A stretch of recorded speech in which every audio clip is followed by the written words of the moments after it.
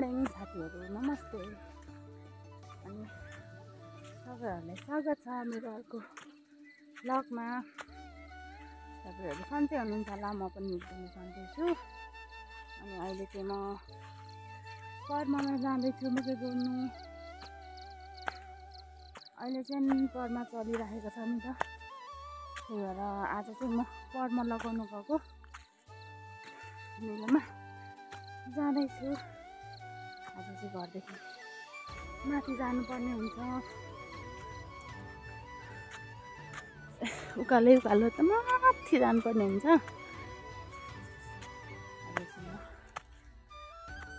जाँदैछु।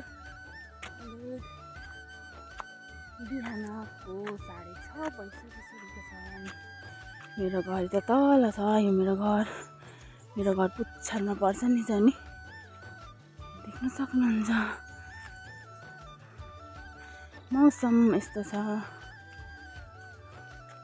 म चाहिँ जानुपर्ने ऊ माथि देखिँदै गरेको घरमा हो, जाला घरदेखि माथि। मेरो घर चाहिँ सबैभन्दा लास्टमा पर्छ, सबैभन्दा पुच्छरमा पर्छ भनौँ न। यहाँदेखि तल मौना खोला छ। यो फुलको नाम के हो मलाई त थाहा भएन, थाहा त भयो तर थाहा त थियो तर बिर्साएँ। तर मलाई यो फुलको बास्ना साह्रै मनपर्छ, फुल पनि मनपर्छ। अहिले चाहिँ घाम पनि लागेको छैन, मजाले धुमिरहेको छ, तर पनि एकदम सफा देखेको छ है मजाले। गाउँघर भनेको यस्तै हो, काट्दै आयो हुन्छ नि पैसा भन्नु। फेरि त्यो जिउ मोटाएपछि त झन् उकालो हिँड्नु त कति गाह्रो हुन्छ।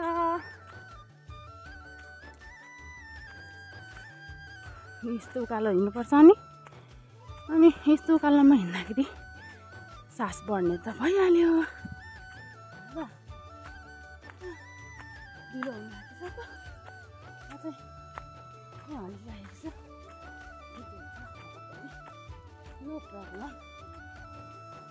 ढिलो हुन्छ होला भनेर म चाहिँ हतार गर्दै गएको।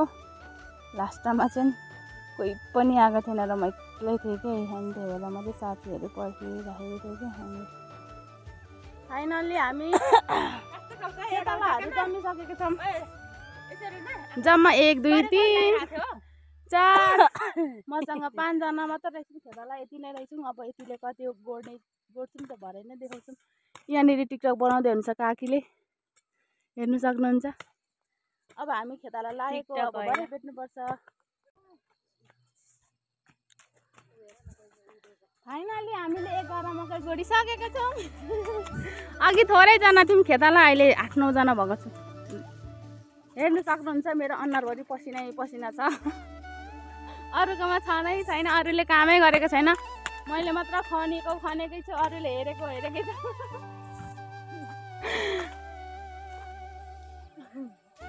आज हामी यता दिदीको खेताला परमा लागेको, यहाँनिर तिर्खा लाग्नेहरूको लागि रेडी हुँदैछ अरे। सोलमारी नखानेहरूको लागि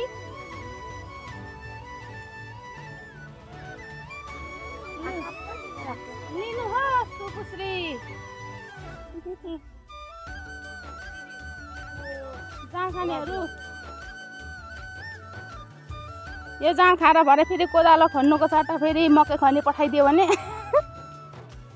बारी खन्नुको सट्टा यो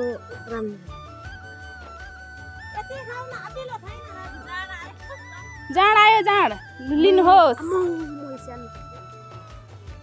साथीको अवस्था, ठुलो मान्छेले ठुलो जाँड खानु नसक्ने रहेछ भन्ने अनुभव गरेको मैले।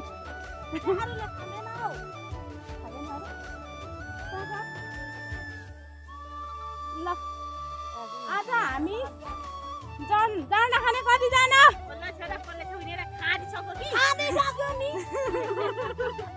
जाँड दिनु पनि लाउने, अनि जाँड पनि दिनुपर्ने मैले, अनि खाँदी पनि सक्यो भन्ने।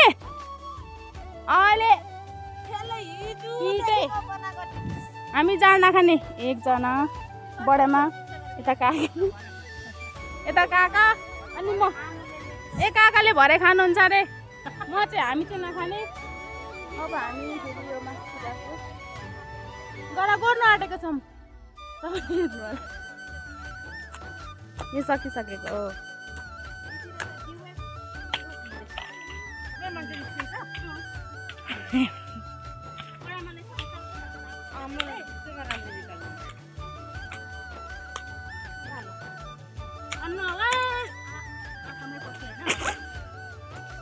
मलाई चाहिँ बेसी केमा राम्ररी निकाल्नु है मलाई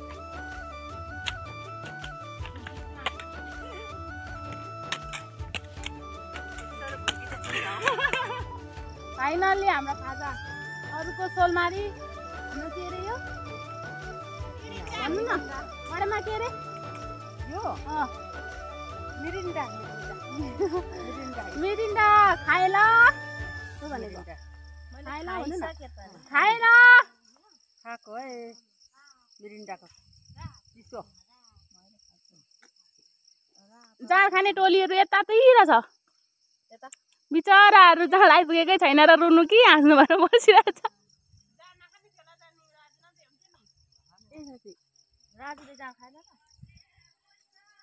हामी चाहिँ अहिले सेकेन्ड बिसाउनीमा हामीले यो खाँदैछौँ अब लास्टमा चाहिँ हामी खाजा खान्छौँ खाजा चाहिँ के हुन्छ भने धानको भात आलुको तिउन के बनाउनु भएको छ के खान्छौँ भने म तपाईँहरूले देखाउने वाला हुन्छ है जाँड पनि आइसकिसकेको छ बाई बाई पो भन्नुभयो फुपूले त है भन्नु न घरको धनी अहिले उठेर आएर चाहिँ घरको धनी अरे यस्तो अरे हामी बिहानदेखि लागेर कोदालो खनेको छ 2 चपरी आएको बित्तिकै जाँड खाँदैछ है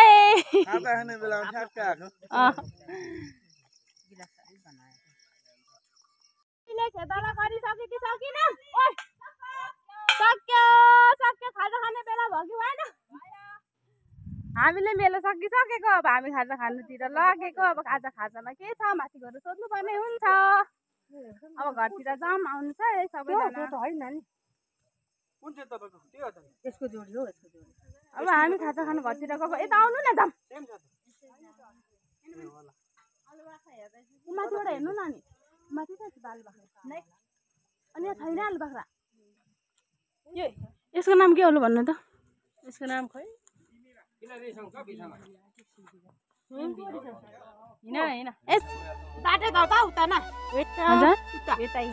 यसको नाम बिबिरा आलु बाख्रा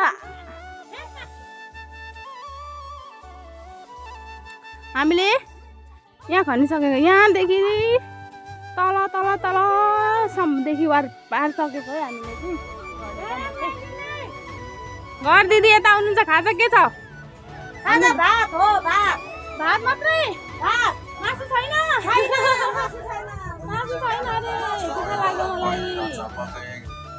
आलु बाख्रा काकी टिपी ल्याउनु आलु बाख्रा अलिक धेरै अब हामी आलु बाख्रा खाने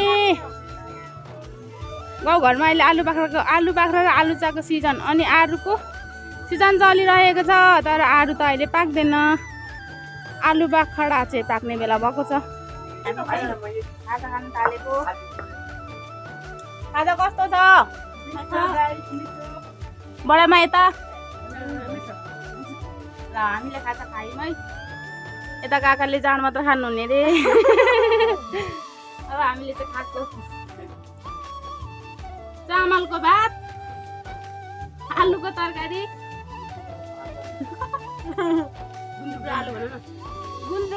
गुन्द्रुक र आलुको तरकारी त्यसको अचार चटनी जे भने पनि मेरो जिब्रोमा घाउ भएको छ हौ त्यही भएर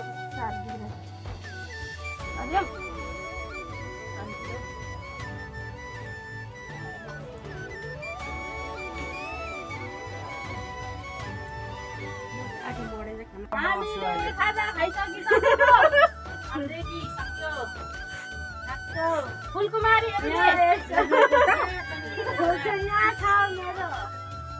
फुलकुमारीहरूले फुल कानमा सिउराउ